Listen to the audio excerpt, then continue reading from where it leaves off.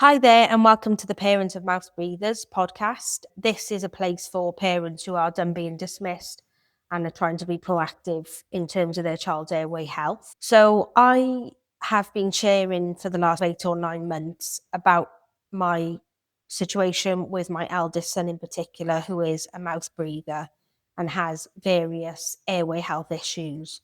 One being sleep apnea, which I would say is at the top of the list as the most concerning, and various other ENT issues such as gluea, chronic rhinitis. And I've been sharing about what I've done, what I've tried, and also the experience of navigating the NHS and also going to see various private health professionals and trying to put together a bit of a plan as to the best way to help him. So one of the things I had wanted to avoid was surgery. And by that, I mean a tonsillectomy, adenoidectomy. And I tried lots of different holistic treatments and a combination of things over 2 year time span.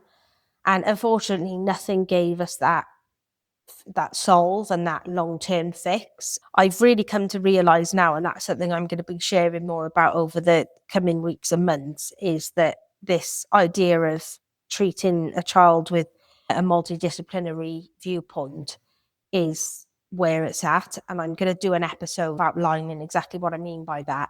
And I've also chucked together a bit of a freebie, a bit of a guide for parents, just to help them put together a picture of all the types of people and the niches and the specialities that can help with airway health. Needless to say, we did indeed end up going for the surgery for my son. So this was after around 18 months on the waiting list. So really, I wanted this episode to be me sharing a proper surgery update, because I really know how lonely and confusing the decision can feel to move forward with surgery. It was something that I was so gung-ho against it at the very beginning. Obviously, this isn't medical advice. It's just my experience, an honest experience as a parent living it. So I do get a really surprising amount of messages actually from parents, considering my Instagram's got like maybe 150 followers or something. It's a tiny account. The people that I speak to the most are other parents, and this is probably the biggest conflict that other parents are dealing with as well, is knowing whether surgery is the right move or whether they're rushing into something irreversible. So this episode might help you, might help inform your decision, and I certainly don't want to add to the noise. I want to say up front, I didn't want surgery to be the answer. So I'm really coming at this from a standpoint of, I still don't know whether it is the answer. I think it's just part of the answer for us. And obviously every case is very specific. So yeah, I'll just reel off what happened before, during, after, and all that kind of stuff. So we were on the NHS waiting list for around 18 months. He was classed as urgent because he had sleep apnea. But as if you're on the waiting list for the NHS as well for anything, urgent doesn't feel very urgent when you're watching your child struggle every night. But needless to say, it took around 18 months from being put on the waiting list to having the surgery. His symptoms started around age 3, and I'll just summarize this very briefly. He was demonstrating pauses in his breathing, gasping, his mouth wide open, loud snoring, mouth breathing, and then there was this list of knock-on symptoms. So behaviour, emotional regulation, exhaustion, I would say, were the top 3. So as I said from the outset, I really wanted there to be another way, and I tried to avoid surgery for as long as I reasonably could. So I went deep into research, namely podcasts, books, and also Instagram professionals. I'll categorize them as just people that I found that were talking about this stuff, happened to be on Instagram. I looked at the NHS options, at private options, and all the holistic approaches. some overlapping, some conflicting, which obviously added to a lot of the confusion. So some of the things I explored were removing allergens, looking at food intolerances, having a tongue tie release, or a phrenectomy as it's known. I went to an osteopath, but there were some things that I couldn't do, like myofunctional therapy and airway dentistry, because the obstructions were so bad, according to those professionals, that their treatments wouldn't have been effective. So that's what's coming next. So this is where it gets a little bit murky, is and I maybe a lot of other parents can relate to this, is it's difficult to know what to double down on, or whether you're questioning whether you're being taken for a bit of a ride, or even though I hate admitting that, it's the truth. You're constantly second guessing yourself, wondering whether you can trust the people that you come across online, or whether you go full throttle with what the NHS is recommending. So needless to say, by the time the appointment came through, I was probably getting to the desperate state anyway. And reality is, it got to a point where it stopped feeling like this big decision and started feeling like maybe the only move that we had left. And I, that's just my reality. I hate to admit that it got to that place, and that I started to feel a little bit hopeless, and that I resigned myself to the fact, really, that surgery was the next solution. After trying everything, that's what we decided to do, and we did move forward with the surgery. So surgery was in early November 2025. As of recording this now, it's mid-January 2026. So we're around 9 to 10 weeks post-surgery. On the surgery day, we arrived in hospital around 7:30 a.m. and people are taken down then to surgery as and when you're on the list. And I don't know whether they do it in order of priority or whatever it is, but we were just chilling, or chilling is not the right word really, with a 5-year-old on a children's ward. But we were there from around 7:30. They had like play therapists and stuff there, so there were a few people to entertain him, which was helpful. And then we went down to theatre, or he did, at around 11 a.m. Now, at the time, I was around 9 months pregnant. I was 10 days off of giving birth, actually. I didn't know at the time, because I came earlier than my due date, but I was heavily pregnant, needless to say. So one of the things that I wasn't able to do was go down to the anaesthetic room with my son, because they were afraid that if he kicked out or whatever, that I could be hit, and both parents can't go down. So my partner was the one that was going to be, or that was assigned to go down and support my son with the anaesthetic. And as a consequence of that, he was the one that had to sign off the pre-op paperwork.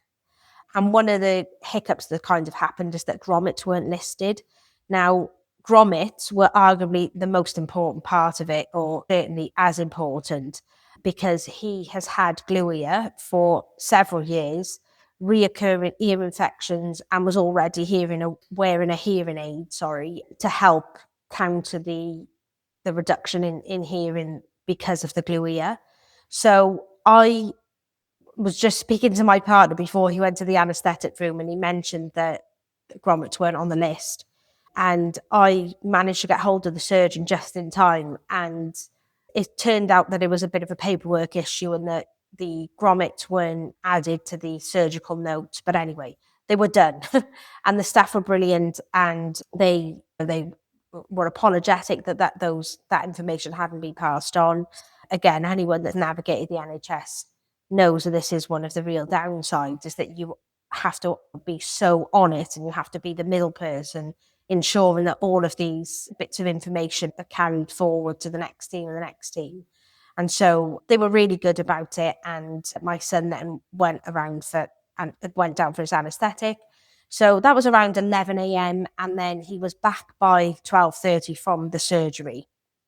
So it was a really quick surgery, and it's a day surgery anyway, so you leave the same day if there aren't any concerns. So when he came around from the surgery, he was really spaced out, but very calm. And he's such a vivacious kid. He's so full of energy, and It was quite a unique experience for us to sit by and see him so spaced out and really chilled. And funnily enough, the first thing he did was look down at his hands just to check that he could still do the Spidey hands. Anyone that's got a young child might know Spidey and his amazing friends. Or my son loves Spidey and he loves doing like the web shooters. And so he was just looking down at his hands and seeing if he could still do them. So that was quite amusing. There I am as a parent worrying about him going into surgery, but of all the things that he could have worried about, that was it. I was making sure he could do a Spidey hand. So I thought that was quite cute.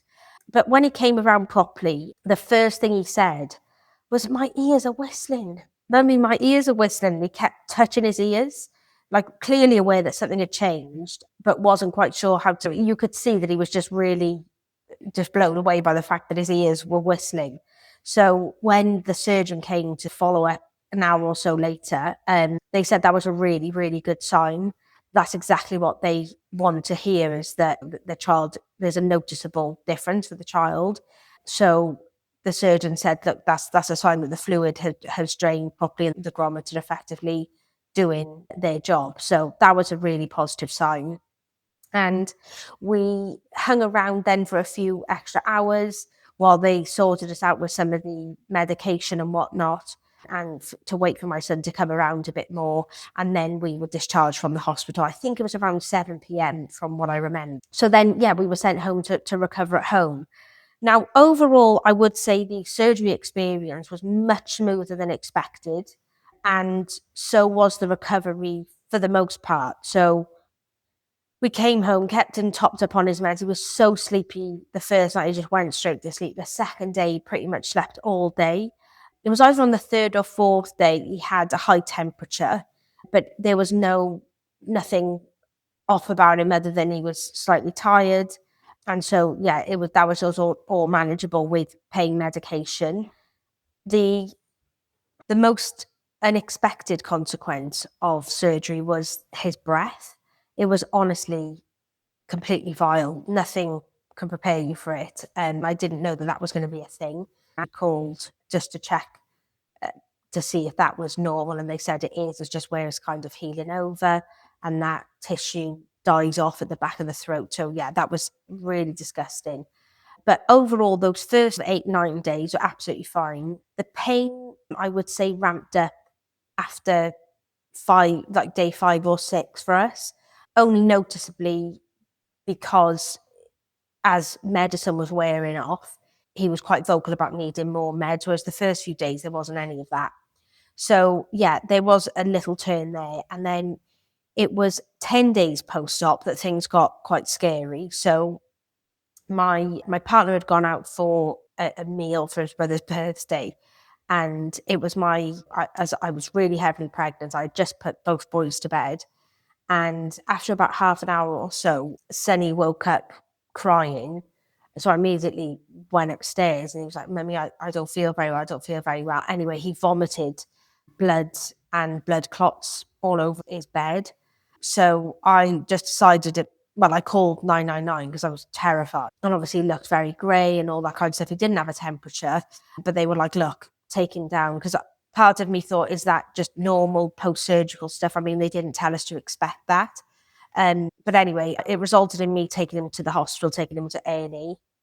And they were quite concerned. They said that was unusual, which, just fast forward, like other people have said to me that's happened to them, and apparently it isn't that unusual. So I don't know who to believe. But anyway, that's what happened with him.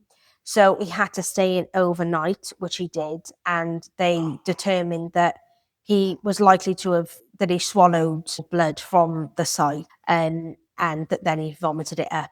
But anyway, he was let out the next day and he recovered really, really well.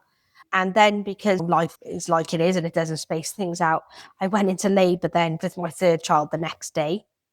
I didn't have much time to take in and simmer on the whole surgery and the recovery period. Yeah, I was then preoccupied, as you can imagine, with looking after a newborn.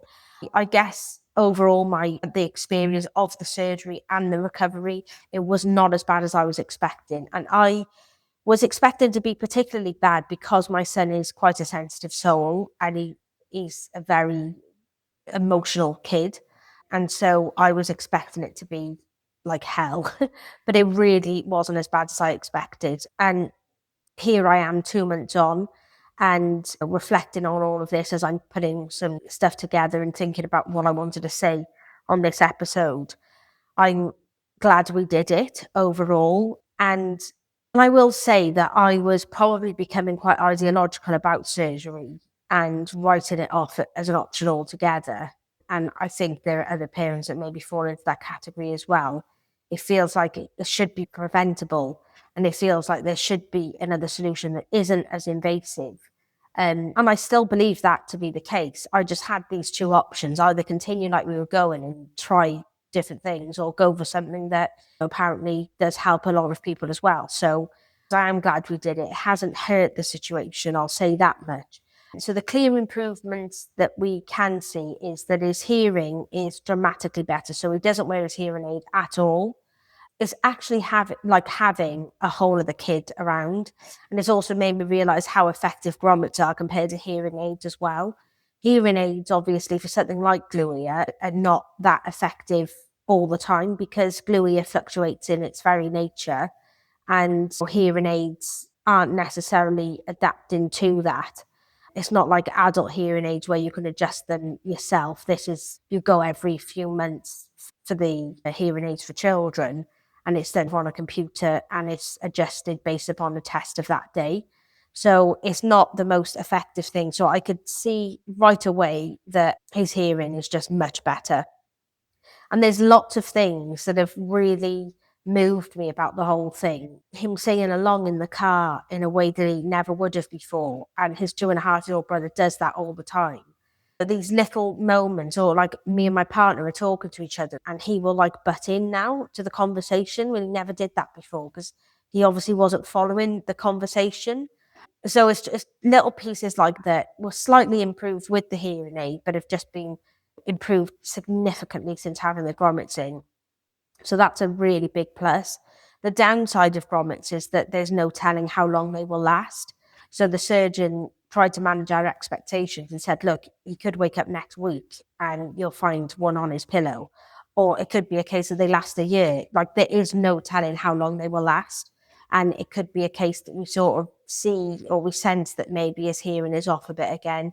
And it turns out the grommets are no longer in situ. So we'd have to cross that bridge when we come to it. But for now, they're doing their job and they're really effective. So his hearing is dramatically better. We've had no ear infections since either, which is amazing because obviously the grommets help drain the fluid from the ear. If it's not draining and it sits in that middle ear, that's what causes these infections, and he was having them repeatedly. His sleep is quieter. I mean, it's audibly quieter. One of the things it's so funny is that you adapt to ways of being and ways of living with your children. But one of the things when I'd put him to bed, I'd always listen outside his door to see if he was asleep. And the way that I would know is because he was breathing so loud. But his sleep is so much quieter now that I have to go into the room to check on him. So yeah, his sleep is much quieter. His acne episodes initially have gone completely, but I have noticed that they're back now, unfortunately, but they are milder.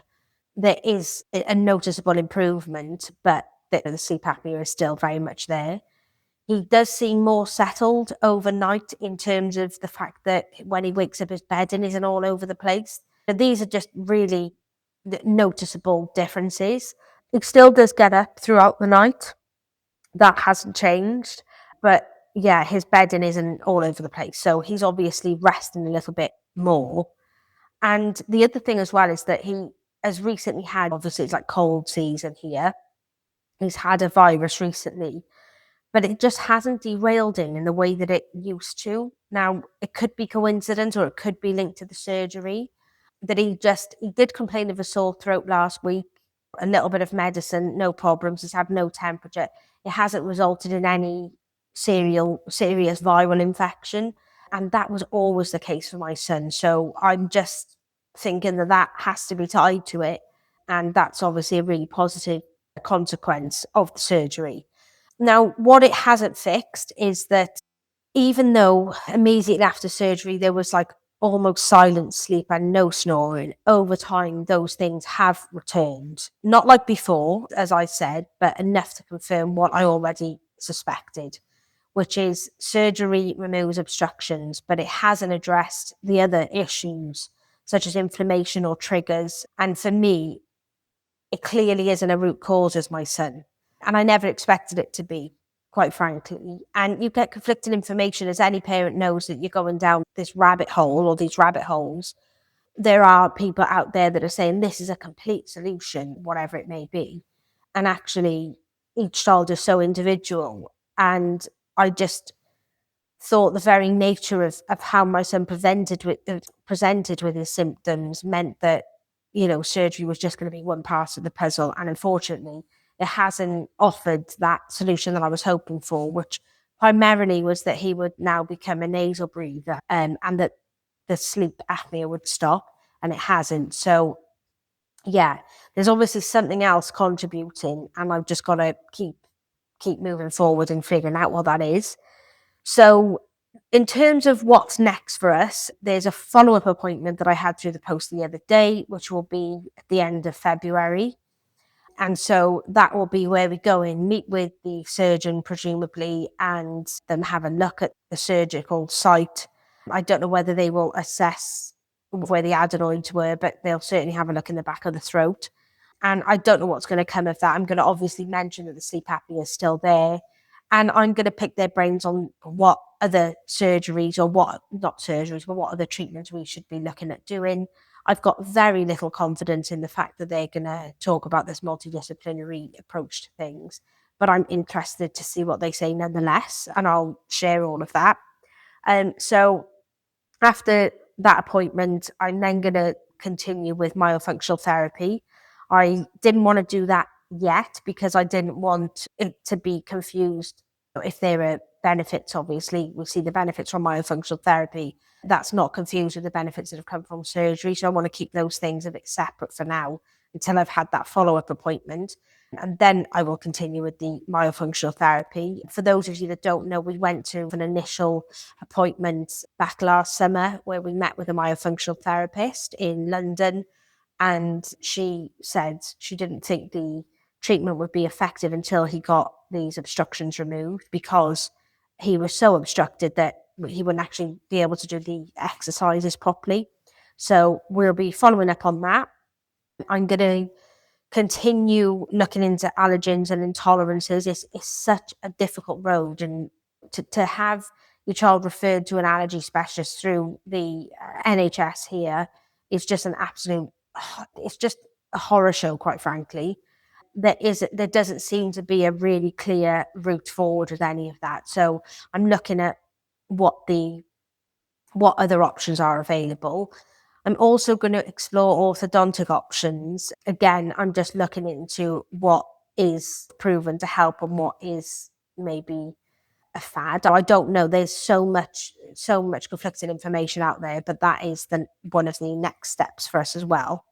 And realistically, working out how to fund all of those steps as well, because it's not free. It's not through the NHS. So, you're looking at a good few grand if you want to go through orthodontics options.